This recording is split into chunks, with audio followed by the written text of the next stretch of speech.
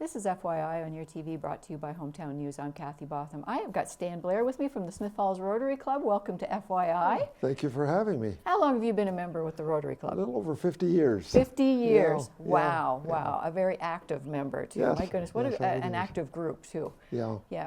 How many people have you got in the Well, Rotary Club? we're upwards over 20 members now. Yes. The club had gone down in numbers.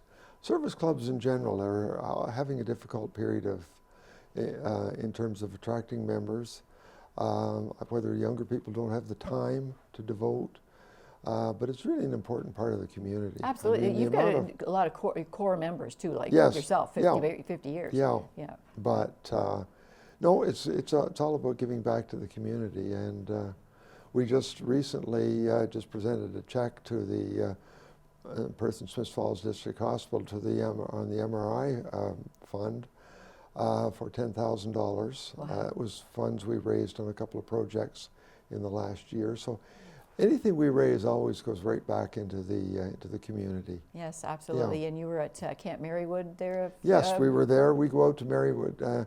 As a club, we go out and we do a barbecue for the children. And actually, it was the children and parents this year. It was a family camp. And Dennis Staples, very kindly, he's also a Rotarian, and he brings a band out, and we set the band up, and excellent. And everybody just loves it. It's a great time. Excellent. Marywood is a wonderful, I wonderful love place. Camp Marywood. Yeah. I've been very involved with Easter Seals. So we've been and very everything, so. supportive as a club of Every Easter year. Seals over the years. Every year. Yes, yeah. Yeah. Now you're here to talk about an event that's going on October 23rd. Yes. You've got a keynote speaker. He lives in Perth now. Yes. But wow, everybody knows what he did probably more than himself right now. Well, this is really the book is it's part of our speakers program that we run. It's an outreach to the community. We bring a speaker in once a year. And this year we selected Gary to come in. It's open to the community, and there's no charge. It's going to be at the Legion on the 23rd of October at 7 o'clock in the evening. And Gary's going to come and he's going to speak about the 1972 hockey series between Canada and what was the USSR. We call it Russia today. Right. And I think as Canadians, I think we all know all about that series. I was 11 years old, and I was so intrigued by it all and everything too. I was a little bit older, but not much. But Gary was very active in putting that whole series together. That's right. From a diplomatic standpoint. That's right. He was a diplomat from 1971 to 74 at the Canadian Embassy in Moscow. Yes. And he was selected to be. He was involved in all the negotiations between the two countries in bringing the two teams together. Wow. And he's going to speak about that. He's going to speak about all of the challenges, what happened, the games themselves, what happened behind the scenes, both with the players, Alan Eagleson, Harry Sinton, who was the coach of the Canadian team at the time, a lot of the Canadian representatives. So it's a very, very fascinating story. Absolutely. And like our countries were going through a bit of tension at the time too. And it's just really amazing that he was able to make this happen instead. Yes, they were. If you remember, the Cuban Missile Crisis had just been a few years before, so world tensions were kind of at a high point.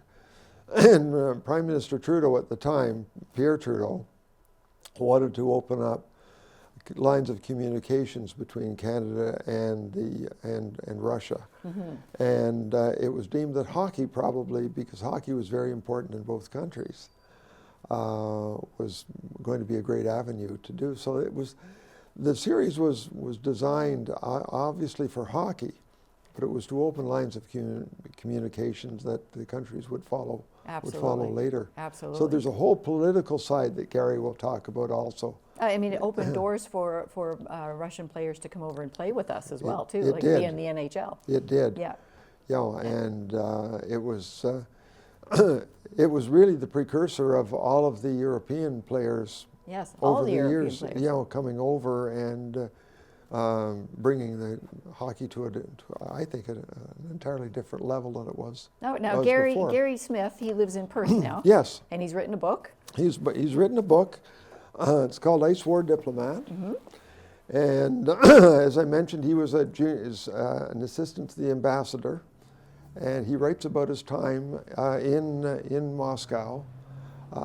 He also touches on some personal sites. He was newly married when he went to Moscow, and his oldest daughter was born while they were in Moscow. Okay. Wow. And so there's some very interesting personal notes he has to bring to the table too. And he'll be bringing his book with him. He's going to bring his book he's going to bring copies of his book, and it will be available to anyone who wants to purchase it. I've read his book, and it's absolutely fascinating. It's the insight into what happened then, and he also carries it in that the book was just finished in 2 or 3 years ago. He also has kept in touch with a lot of the players who played in the '72 series, both for the Russians and the Canadians. Wow! They've had the Canadian teams have had, I think, at least 2 reunions, and I think if I'm not mistaken, in the book, they went back to Moscow as a group, the ones that are still living. Wow! And relived their time there and met.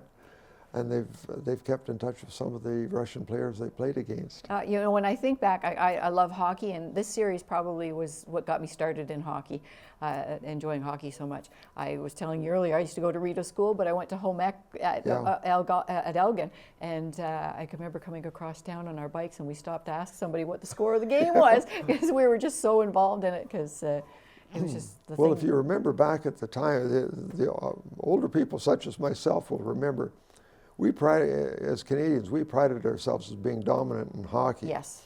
And I remember before the series started, looking at the list of who's who on the Canadian team and thinking, we're just going to cream these people. And actually one of the main sports writers, I think he was with the Toronto Star, said that Russia wouldn't even come close to winning one game, let alone anything. Right. And in that first game, Canada went up, and I think in the first period, in the first 5 or 10 minutes, they were up 2-0, and everybody thought that this was just going to be a piece of cake, a walk through the park. It was not. And it was not. Went right to the end.